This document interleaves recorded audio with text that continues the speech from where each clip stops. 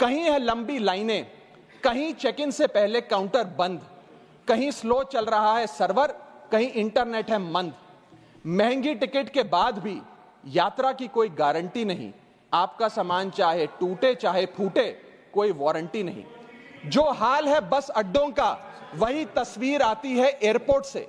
चाय हो या समोसा, नहीं मिल रहा 500 रुपए के नोट से।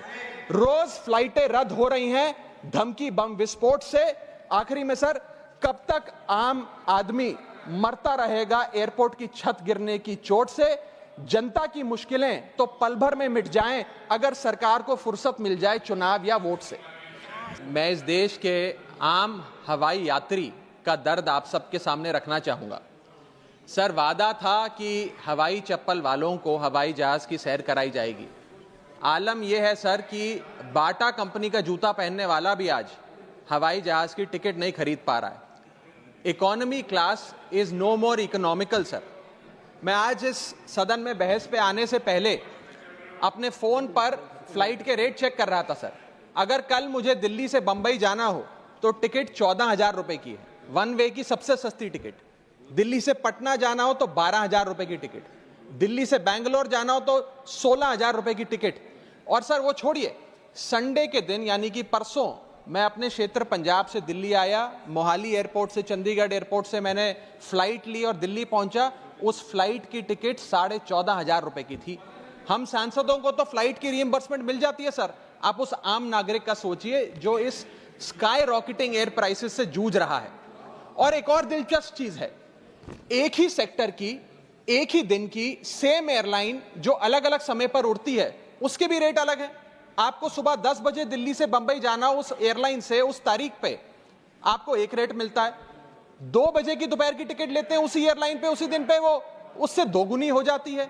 न जाने क्या लॉजिक है सर। हमें इस देश में एयर यात्रा को लग्जरी ट्रैवल नहीं बताना सर, आम ट्रैवल बनाना है जैसे कि ट्रेन का है।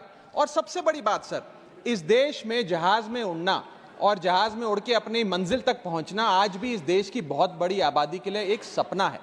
अगर ट्रैवल की रफ्तार बढ़ेगी तभी इस देश की रफ्तार बढ़ेगी। सर, दूसरा दर्द जो इस देश का आम आदमी रोज उससे जूझ रहा है वो है ओवर क्राउडेड एयरपोर्ट्स। सर, आज हमारे देश के एयरपोर्ट्स बस अड्डे जैसे बन गए हैं। बस अड्डों से बदतर हालत, बदतर व्यवस्था देश के एयरपोर्ट्स पर है सर। सर, टर्मिनल 1 चले जाइए दिल्ली के, टर्मिनल 2 चले जाइए दिल्ली के, आप हालात देखिए। सिक्योरिटी लाइन से लेकर चेक इन लाइन तक लोग लाइनों में खड़े हैं और लाइनों में खड़े हैं और उसके बाद उनकी फ्लाइट भी इस चक्कर में मिस हो जाती है। एक मुसाफिर सही समय पर फ्लाइट नहीं पकड़ पा रहा क्योंकि वो बेचारा चेक इन और सिक्योरिटी लाइन में ही फंसा रहता है। इतने ओवर क्राउडेड एयरपोर्ट्स आज हमारे देश के बन चुके हैं। सर, आज यात्री का तीसरा दर्द, Honorable members, please let the honorable members speak. Please.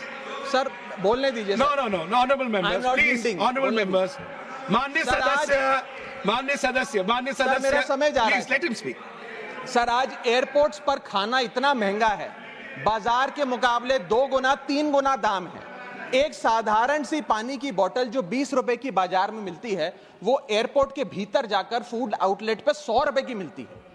आज यात्री जो इंतजार कर रहे हैं अपनी फ्लाइट का, वो पानी पीकर पेट भर रहा है कि कहीं 250 रुपए की चाय और 350 रुपए का समोसा ना खरीदना पड़ जाए।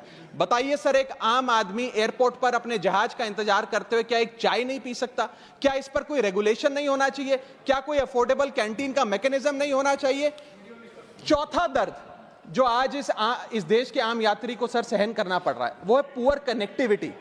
आज इस देश के कई टूरिज्म स्पॉट्स पे, कई फेमस शहरों तक जहाज की यात्रा नहीं पहुंचती, फ्लाइट्स नहीं पहुंचती, एयरपोर्ट नहीं पहुंचती। कई शहर, अधिकतर शहर ऐसे हैं जहां पर एयरपोर्ट्स नहीं हैं।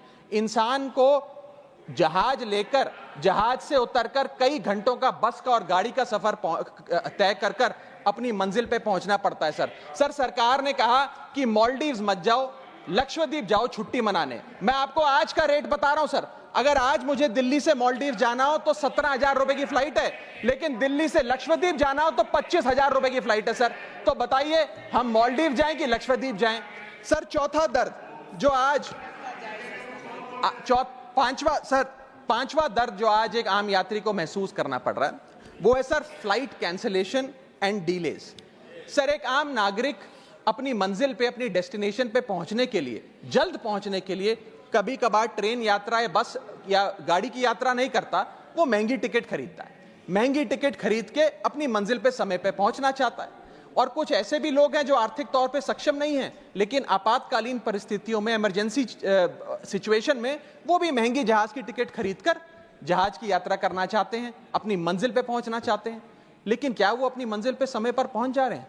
निर्धारित समय से 3 से 4 घंटे लेट आज जहाज चलते हैं। और खास तौर पे छोटे शहरों के जो एयरपोर्ट्स हैं वहां पर तो मैक्सिमम डिलेज देखे गए हैं सर 1 केजी अगर एक्सेस बैगेज हो जाए तो फ्लाइट आपसे हजारों रुपए का किराया वसूलती है, लेकिन कई घंटों के डिले के लिए क्या फ्लाइट हमें कॉम्पनसेट करती है? मैं आज माननीय मंत्री जी को कहना चाहूंगा कि कुछ ऐसा मैकेनिज्म बनाए कि हर घंटे के फ्लाइट के डिले के लिए एयरलाइन आम यात्री को कॉम्पनसेट करे, उसकी जेब में पैसा डाले।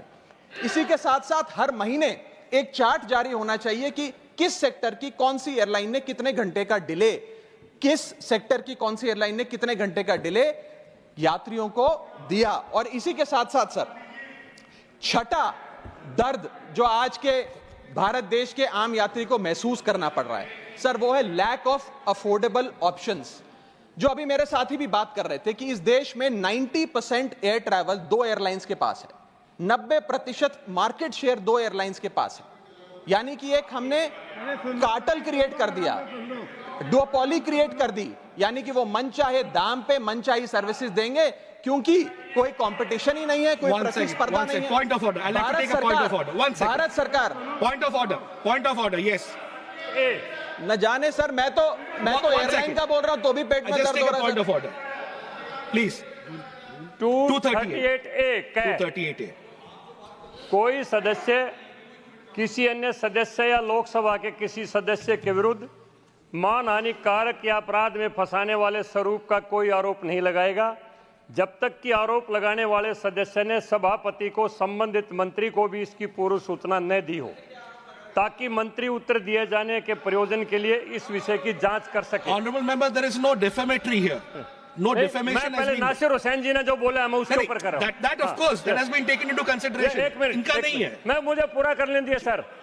परंतु सभापति किसी समय किसी सदस्य को ऐसा आरोप लगाने से मना कर सकेगा यदि उसकी राय में ऐसा आरोप राज्यसभा की गरिमा को घटाने वाला हो या उस आरोप को लगाने वाले सिद्ध न हो। Thank you, honorable member. Thank you. Please continue. Sir इतनी विशाल जनसंख्या वाला हमारा देश है और इतनी विशाल जनसंख्या वाले देश में मात्र 2 ही कंपनियां हमारा पूरा एविएशन सेक्टर चला रही हैं। सर सरकार लाई एक स्कीम जिसका नाम था उड़ान, जिसका फुल फॉर्म है उड़े देश का आम नागरिक। पर कैसे उड़े? ना फ्लाइट के उड़ने के ऑप्शन है, ना अफोर्डेबल टिकट है, ना फ्लाइट सही समय पर चलती है, तो कहां उड़े, कैसे उड़े? और सबसे बड़ी बात सर, जब से ये उड़ान स्कीम आई है एक धारणा एविएशन सेक्टर में बनी हुई है कि जैसे ये स्कीम लागू हुई 2 एयरलाइन बंद हो गई, जेट एयरवेज और गो एयर, और तीसरी स्पाइस जेट बंद होने की कगार पे खड़ी है। तो अब लोग ये भी कहने लग गए हैं कि शायद उड़ान स्कीम एक बहुत बड़ा अपशगुन थी। और इसी के चलते आज हमारा देश का आम नागरिक प्लेन से वापस ट्रेन पे जा रहा है। सर मेरा 7वां दर्द बैगेज चार्जेस और बैगेज डिलेज। सर अगर आपका 1 केजी बैगेज ओवरवेट हो जाए तो हजारों रुपए एयरलाइन आपसे एक्सेस बैगेज के चार्जेस वसूल लेती है। यहां तक कि कुछ लोग अब अपना सामान एयरपोर्ट पर फेंक के चले जाते हैं बिकॉज उनके सामान में पड़ी वस्तुएं इतनी महंगी नहीं है जितना बैगेज चार्जेस एयरलाइन ले लेती हैं। और बैगेज के डिलेज देखिए सर, लंबा आपको इंतजार बैगेज बेल्ट पे करना पड़ता है कि कब हमारा बैग आएगा। जब स्क्रीन पर देखते हैं तो स्क्रीन पर लिखा आता है बैगेज ऑन बेल्ट, लेकिन बैगेज ऑन बेल्ट नहीं होता, सिर्फ 2-3 बिजनेस क्लास पैसेंजर्स का बैग आता है और न जाने कितने मिनट एक आम नागरिक को इंतजार करना पड़ता है इस एक्सेस डिले के लिए। या इसको एक स्टैंडर्डाइज करने के लिए कोई प्रोसीजर सरकार को बनाना चाहिए। सर मेरा 8वां दर्द मैं समाप्त कर रहा हूं सर 8वां दर्द heavy car parking charges eight airport. Sir आज आप एयरपोर्ट्स पर पार्किंग का ठेका किसी एक कंपनी को दे देते हैं और वो मनचाहे दाम वसूलती है। खास तौर पे छोटे एयरपोर्ट्स पे 200-250 रुपए प्रति घंटे की कार पार्किंग चार्जेस देनी पड़ते हैं। आज आप दिल्ली के एयरपोर्ट चले जाइए, 220 रुपए प्रति घंटा गाड़ी का चार्ज लगता है, और अगर आपने कोई कैब टैक्सी बुक कर ली तो उसका भी मोटा बिल आता है, क्योंकि वो टैक्सी वाला भी expensive car parking charges, airport charges अपने बिल में जोड़कर आपको देता है। सर, ये था दर्द फ्लाइट में चढ़ने से लेकर फ्लाइट में उतरने का। मैं अंत में चार पंक्तियां सुनाकर अपनी वाणी को विराम दूंगा, और आज इस देश के आम नागरिक, आम यात्री का दर्द इन पंक्तियों में आप तक पहुंचाने की कोशिश करूंगा। कहीं है लंबी लाइनें, कहीं चेक इन से पहले काउंटर बंद, कहीं स्लो चल रहा है सर्वर, कहीं इंटरनेट है मंद। महंगी टिकट के बाद भी यात्रा की कोई गारंटी नहीं, आपका सामान चाहे टूटे चाहे फूटे कोई वारंटी नहीं। जो हाल है बस अड्डों का, वही तस्वीर आती है एयरपोर्ट से।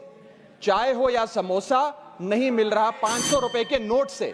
रोज फ्लाइटें रद्द हो रही हैं धमकी बम विस्फोट से। आखिरी में सर, कब तक आम आदमी मरता रहेगा एयरपोर्ट की छत गिरने की चोट से? जनता की मुश्किलें तो पल भर में मिट जाएं अगर सरकार को फुर्सत मिल जाए चुनाव या वोट से। Thank you.